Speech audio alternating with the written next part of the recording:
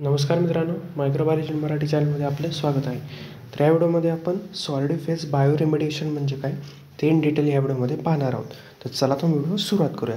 हा जो टॉपिक आहे तो बायोरेमेडिएशन आणि बायोमास युटिलायझेशनच्या अंडर येतो. चला तो व्हिडिओ सुरुवात करूया. सर्वात प्रथम सॉलिड फेज बायोरेमेडिएशन ही एक क्लीनअपची मेथड आहे, जेणेकरून जे काही सॉलिड वेस्ट मटेरियल असतील किंवा कंटामिनेटेड सॉईल असेल त्याला आपण क्लीनअप करतो.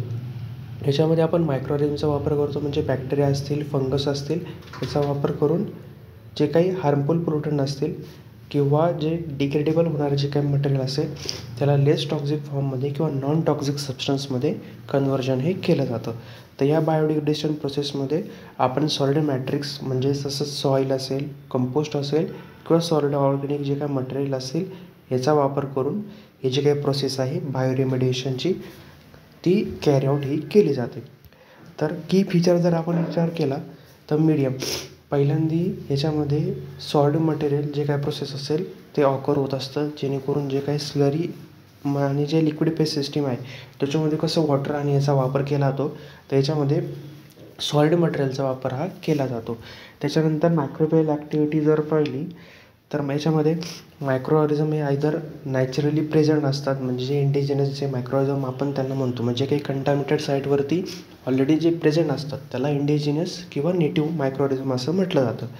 तर ते नॅचरली तिथं प्रेझेंट असतील तर ओके, नाहीतर मग बायोॲग्मेंटेशन प्रोसेसद्वारे किंवा बायोस्टिम्युलेशनद्वारे आपण जे काही मायक्रोऑर्गॅनिझम आहे त्याच्यामध्ये त्या कंटामिनेटेड साईटमध्ये ॲड करू शकतो. त्याला मेनली बायोॲग्मेंटेशन म्हटलं जातं. म्हणजे एखाद्या साईटवरती दुसऱ्या कल्चर जे काय मायक्रोऑर्गॅनिझम आहे तिथं इम्प्लांट केले जातात, त्याला बायोॲग्मेंटेशन म्हटलं जातं. त्याच्यानंतर ऑक्सिजन सप्लाय दिला जातो, म्हणजे जर ऑक्सिजन रिक्वायरमेंट असेल, एरोबिक कंडिशनमध्ये जर बायोरेमेडिएशन करायचं असेल त्याच्यामध्ये ऑक्सिजनची गरजही लागते, त्यामुळे त्याच्यामध्ये एरिएशन हे रिक्वायरमेंट त्याच्यामध्ये असते.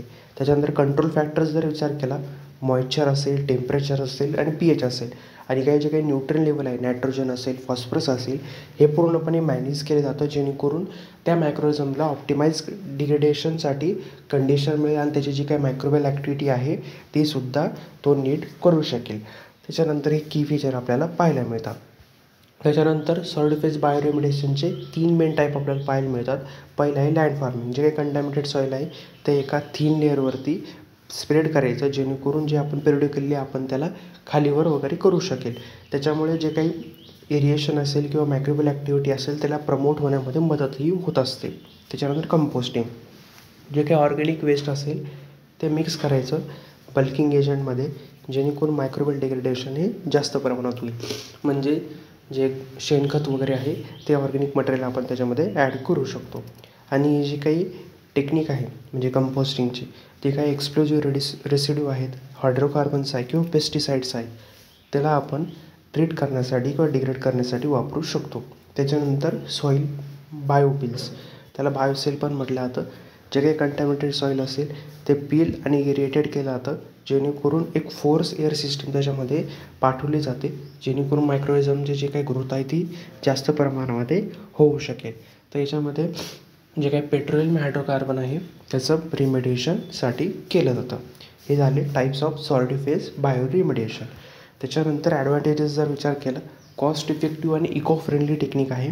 मिनिमल इक्विपमेंट रिक्वायरमेंट याच्यामध्ये लागतात आणि आपण ते इन्सिटू म्हणजे काय, तिथल्या तिथंच आपण जे काही कंटॅमिनेटेड साईट असेल ती क्लीन करू शकतो. आणि एक्सिटू म्हणजे काय असतं, तिथून जे काही कंटॅमिनेटेड जे सॉईल असेल, जे काही मटेरियल असेल ते उचलायचं आणि दुसऱ्या एखाद्या लोकेशनला जाऊन ते ट्रीट करायचं, याला म्हटलं जातं एक्सिटू. आणि इन्सिटू म्हणजे तिथल्या तिथं जे काही बायोरेमेडिएशन आहे ते केलं जातं.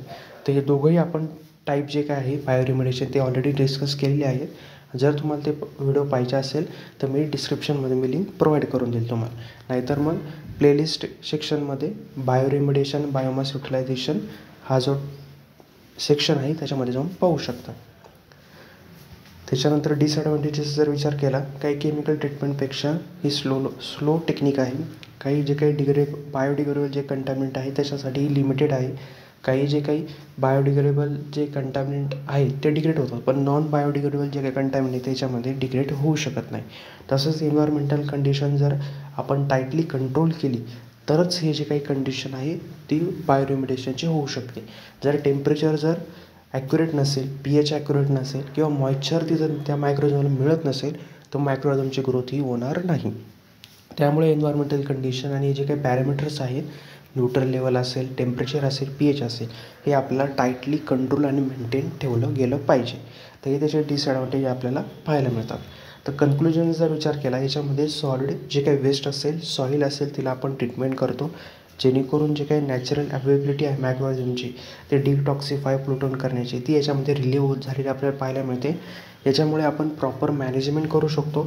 जे काही एन्व्हायरमेंटल क्लीनअप आहे ते इफेक्टिव्ह सोल्युशन म्हणून सॉलिड फेस बायोरेमिडिएशनला आपण पाहू शकतो. म्हणजे काय करायचं आहे, बायोरेमिडिएशन करायचं आहे म्हणजे जे काही सॉलिड असतील, सॉलिड मटेरियल त्याच्यामध्ये मायक्रोऑर्गॅनिझम ऑलरेडी आहे त्यांना आपण न्यूट्रन लेवल किंवा जर तिथे मायक्रोऑर्गॅनिझम कमी असतील तर मग आपण बायोअग्युमेंटेशन टेक्निकने तिथे आपण मायक्रोबियल जे काय ग्रोथ आहे ती ॲड करू शकतो. तर त्याच्याकरून जे काही त्याची ग्रोथ आहे आपण ती वाढवू शकतो आणि जेणेकरून त्याची ग्रोथ वाढली तर मग बायोरेमिडिएशनची जी काही प्रोसेस आहे तीसुद्धा आपली वाढलेली पाहायला मिळते. तर या व्हिडिओमध्ये आपण सॉलिड फेस बायोरेमिडिएशन हा टॉपिक डिस्कस केला. जर तुम्हाला माझा व्हिडिओ आवडला असेल, इन्फॉर्मेटिव्ह वाटला असेल, नक्की व्हिडिओ लाईक करा, चॅनल सबस्क्राईब करायला विसरू नका. आणि जर तुम्हाला एखाद्या टॉपिकवरती स्पेसिफिक टॉपिकवरती जर व्हिडिओ पाहिजे असेल तर तुम्ही कमेंट सेक्शनमध्ये कळवू शकता. चला भेटूया पुढच्या व्हिडिओमध्ये.